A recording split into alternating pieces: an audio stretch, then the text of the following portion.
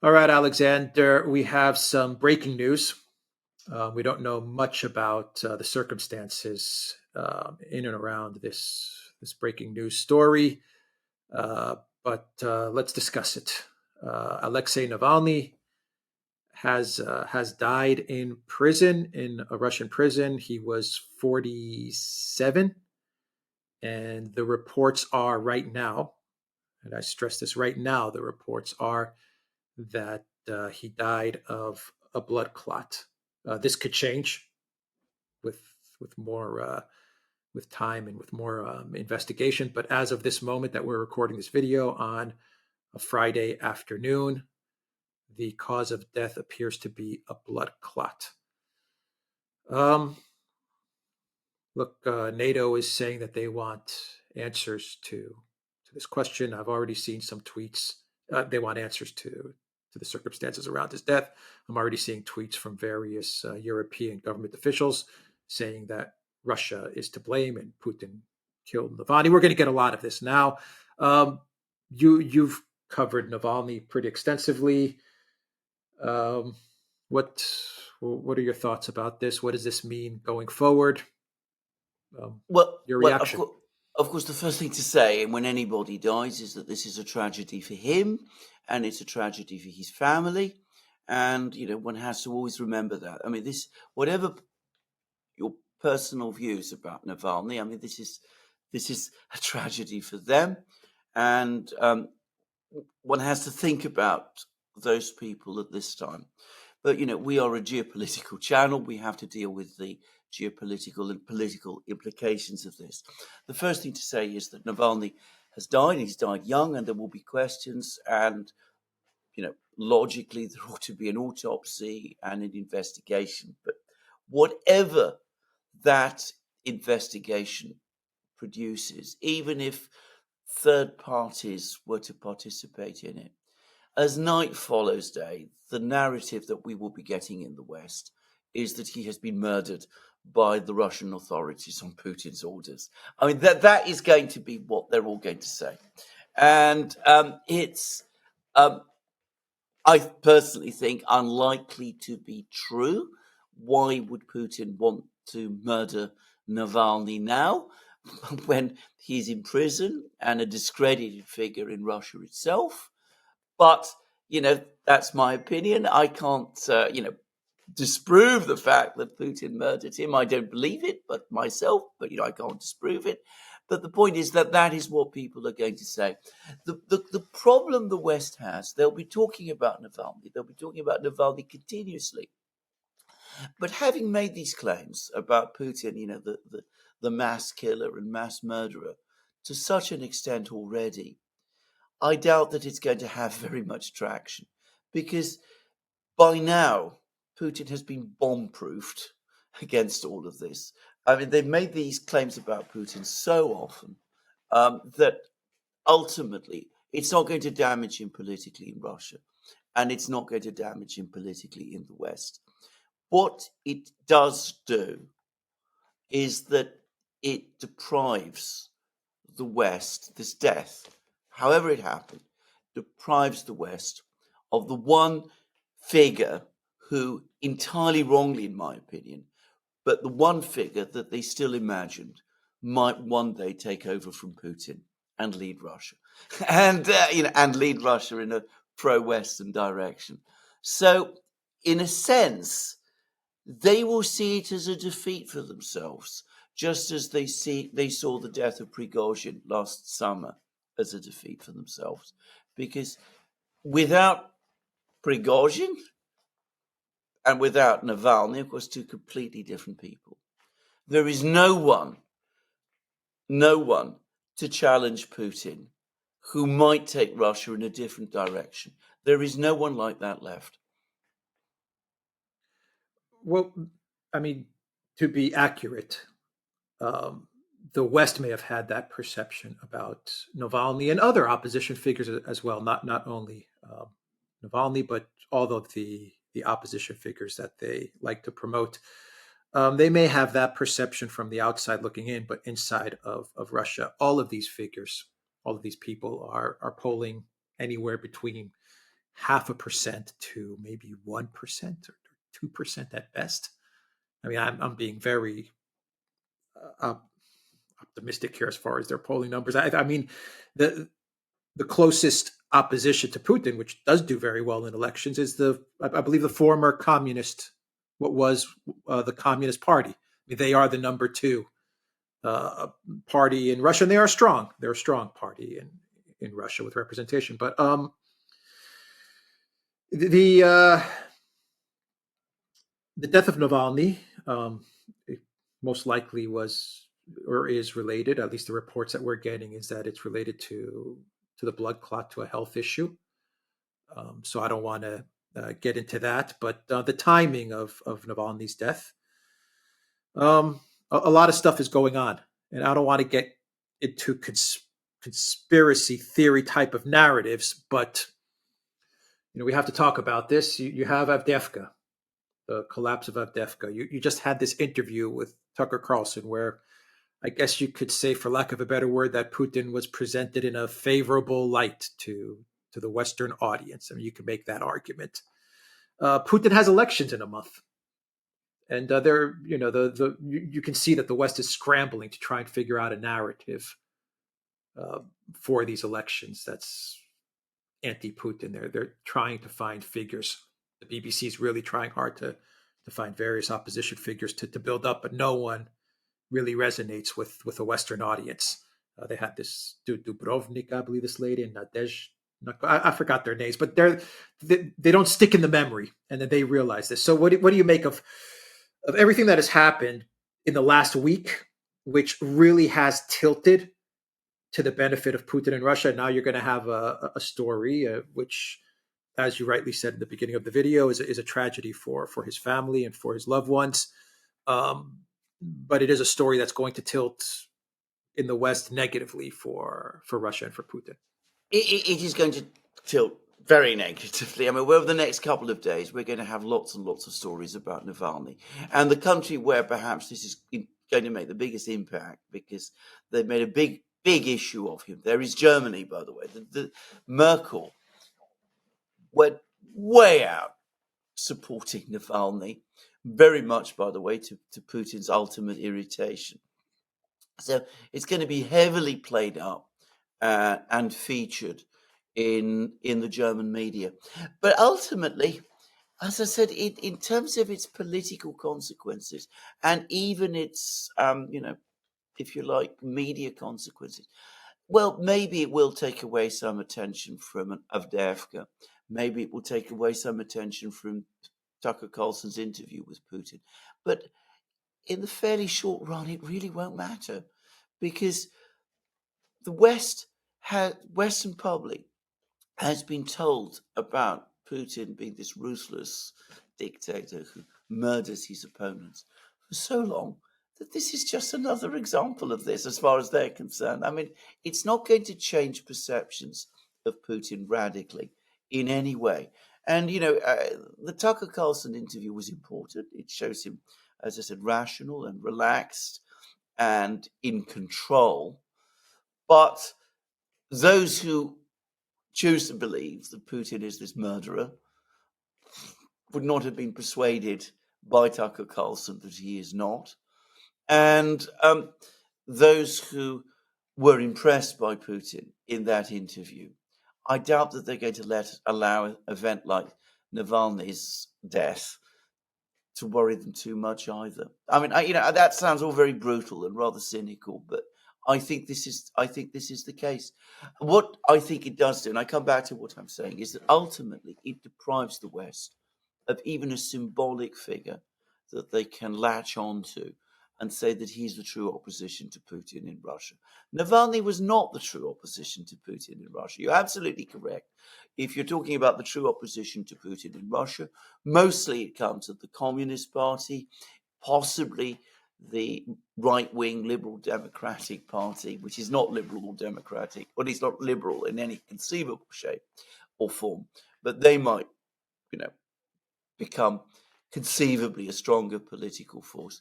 But Navalny, the only time he ever sort of achieved an impact in an election was when, way back in, I think it was 2013, he stood against Sergei Sobyanin as mayor of Moscow. And he got, on a very low turnout, something like 29% of the vote in Moscow, which is far and away Russia's most liberal city. But even in Moscow, after that one sort of brief moment when it looked as if he might achieve a breakthrough, his support has steadily declined. And the reason for that is very simple, because he's come to be seen by more and more Russians as ultimately aligned with the West. And given the way Russians feel about the West, a political leader who is aligned with the West and who's a liberal and who thinks that what happened, or thought, who thinks that what happened in Russia in the 1990s was an entirely good thing, is not going to gain traction amongst most Russians. That is the political reality that most Westerners will always oppose. I'm going to just say one thing about Navalny's death, and I want to make it very clear. I'm not making any claims now. I mean, he is someone who apparently has had a record of health problems. Just say. So I'm not going But it's to. true. I mean, it's true. No, that's I true. mean, Yeah. it is It's fact, yeah. factually true. It is not disputed. Yeah. You called him a liberal. He seems like he became a liberal, but he was also, in his early days, he was very much a national. Would you describe him as a nationalist? I mean, there's many videos of him in the early days where he was very anti-immigration, very very much so. This is Anti-Muslim, I guess you could say, yeah, anti-immigration. absolutely. I mean, Now this is a very good point, because, of course, he started at the very start of his career. He was part of Yabloko, which is Russia's biggest liberal party. Everything that suggested that he was a liberal with all the usual conventional liberal views. And then he became a blogger, making a big issue of corruption matters, except, of course, he didn't actually expose much real corruption in Russia. He raked up various scandals, which, when you looked at them in detail, tended not to be scandals at all, and didn't touch the really important people who really mattered. But anyway, that's another story. And then he started to take an increasingly nationalist, anti-immigrant, anti-Muslim line. And there are many views about this. One view is that he sincerely believes these things, and that he is someone who really does, have these opinions. They got him, by the way, expelled from Yabloko. Grigory Yavlinsky, who's the president of the Yabloko party, has absolutely no truck with Navalny at all. He considers him, he considered him to be a nationalist xenophobe, and he felt that this was in no conceivable sense a proper liberal position. And there are other people in Russian liberal politics who feel the same way. So there's some people who think that he was sincere about these things. My own opinion, actually, is slightly different, which is that Navalny took this line because he thought that it was the one way that Russian liberals might win over support from patriotic working class Russians by playing up anti-immigrant feeling, and that he wanted to somehow reach out to working class Russians in that sort of way. And of course, what he discovered is that working class Russians had little difficulty figuring out that he was really a liberal all along, and that all these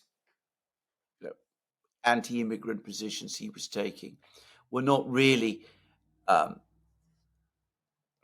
quite as strongly held as he pretended that they were. And I think also, going beyond that, I'm not sure that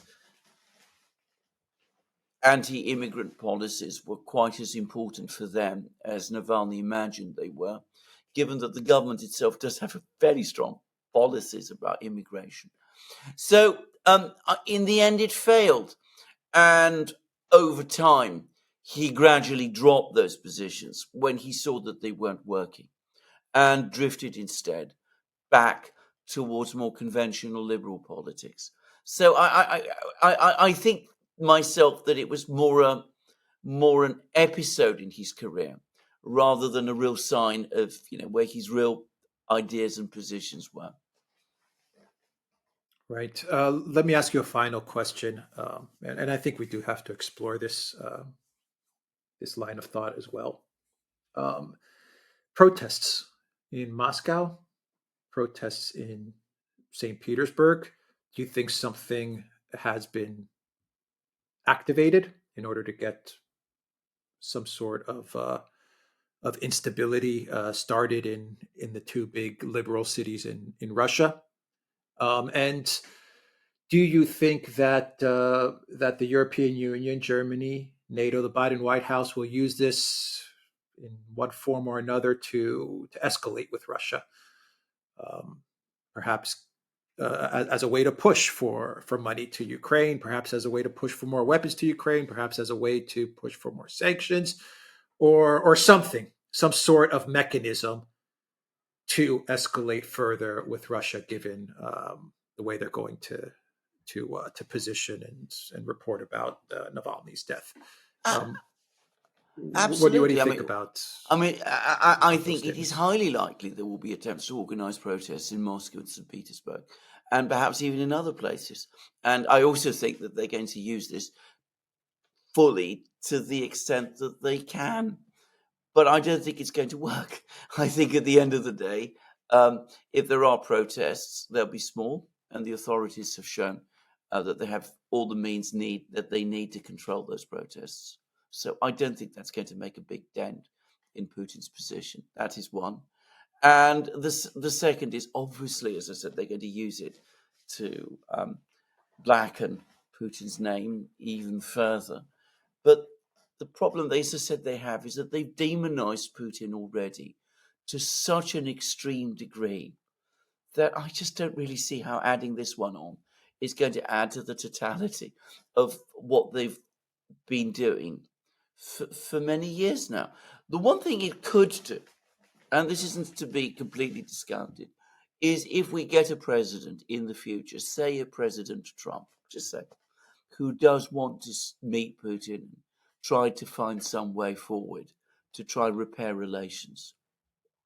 That president might find that he has, Navalny thrown into his face, what happened to Navalny thrown into his face.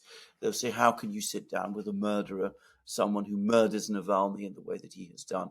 And it might make any attempt to improve relations with the West even more difficult. So, that's not to be discounted. Yeah, they're already saying that. Yeah, I mean, they've already passed their judgment. They know nothing about what's going on, but you already have collective West leaders saying that Putin did it. Of course they One will. final question. And yeah, and they will. Whatever happens, as I said, if we have an autopsy carried out by, say, doctors from South Africa and India and wherever, and they come up and say that there's absolutely no evidence of any foul play at all, they'll still insist that there is. So, this is the reality of it, because this has been prepared for such a long time now. And I want to make it clear, I don't know how Navalny died. He has many opponents in No idea. Russia, not the fact that people should forget. And he's got opponents not just within the government, which he does, but also within wider society and within some of the people he's come up against in what has been a very complex political career. So I'm not making any judgments about how this came about. Yeah. I was going to say something like your thoughts on how, if, because we know that the West is going to use this to damage Putin. I mean, is there the counter argument that can be made with what they're doing to Assange, or what Ukraine has done to various journalists or other people that they have had in custody. I mean, we know Well, I who mean, we're talking about, but I mean, is I mean, does this will the statements about Putin killed Navalny, this judgment that they've already passed, will it carry the same weight given what we know about what the West has been doing to journalists that they've held in custody, or that their allies have held in custody? well, I mean, absolutely. I mean, we know journalists. I mean, we've had. I mean, Gonzalo was killed, died. His father considers that he was killed. Nobody talks about him. In the West, there is so much control that this isn't probably going to penetrate and break through. But outside the collective West, I mean, they've worked this out now a long time ago. They know all about this. They know exactly what Kirill Budanov gets up to. They know all about what the various assassinations that have taken place. They know all about Assange's case, and all of those cases. In the wider world, this is all very well understood.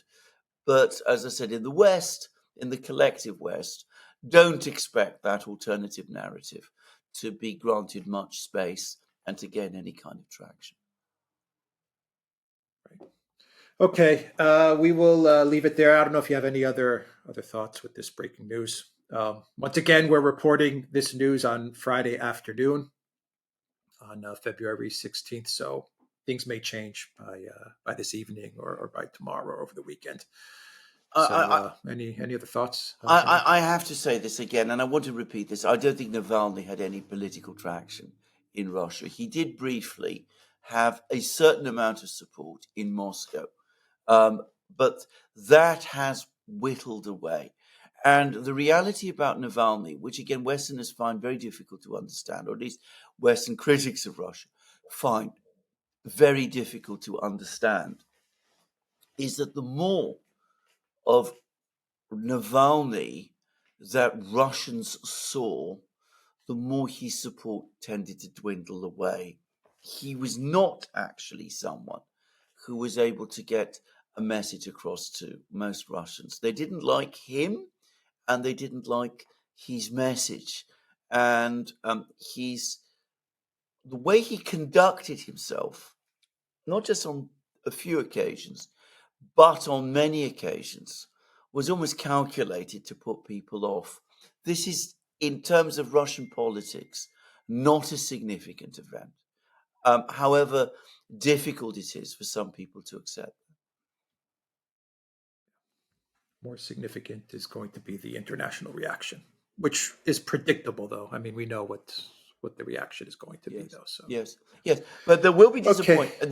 There will be a sense of frustration and disappointment also, because as I said, the one person that they'd still staked all their hopes on has now gone, and there is no one now who can take. There's no obvious figure out there who can replace him.